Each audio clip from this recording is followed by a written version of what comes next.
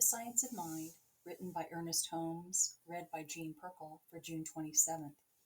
The Father's house, always open. And so the Son found everything in the Father's house just as he had left it.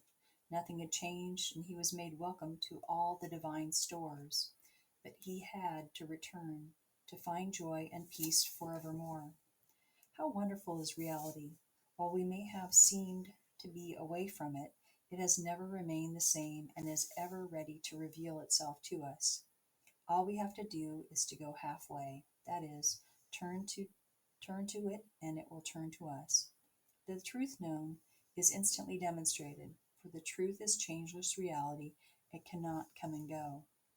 No matter how long we may have been away from reality in our thought, it is always here, ready to spring forth, full-orbed into expression. No matter how long a room may have been darkened, the entrance of light instantaneously illuminates it. What becomes of the darkness when the light enters? Where did it come from and where did it go? It is difficult to comprehend such an infinite possibility as an instantaneous reconciliation with the universe. We demonstrate this only in degrees, because our consciousness is not yet fitted to perceive the wholeness of complete perfection.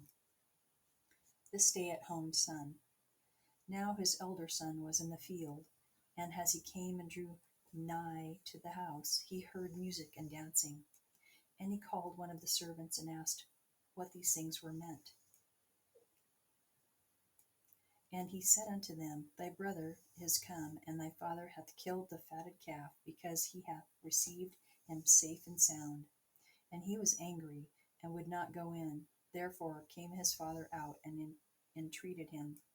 And he is answering said to his father, Lo, these many years do I serve thee, and thou never gavest me a kid, and I might make merry with my friends. And he said unto him, Son, thou art ever with me, and all that I have is thine. How human the stay-at-home son was, and what a theological attitude he took in regard to his younger brother. He had not entered himself, and he was not willing that anyone else should enter. His real attitude was that God should condemn everything that he himself did not like or believe. He was puffed up with self-righteousness and personal conceit, filled with petty vanity, and fuming with anger over his brother's welcome home.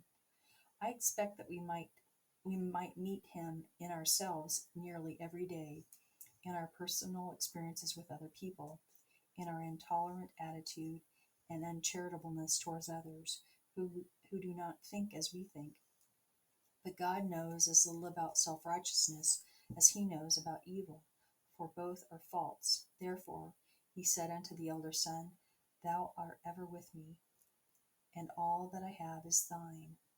This implies that the elder son had missed the mark as well as the younger, for he had been living in the midst of plenty and had not recognized it.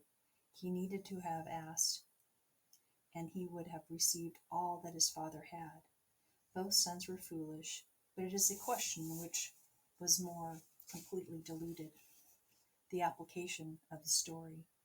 But to bring the story down to our own experience, for it is a lesson for everyone for all time, we live in the midst of eternal good, but it can only be to us what we believe it to be.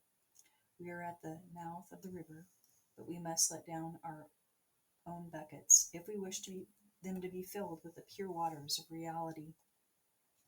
We are surrounded by a spirit of living intelligence and eternal givingness, love, goodness, and power that wishes to express itself through us. There is a divine urge within, ever pushing us forward to that goal. We are also surrounded by an immutable law of cause and effect, and because of our divine individuality and the necessity of experience in order to come to a realization of what and who we are subject to the causes which we have set in motion. All is love, and yet all is law. Both love and law are perfect, and we, as individuals, can experience only what we really believe and act upon.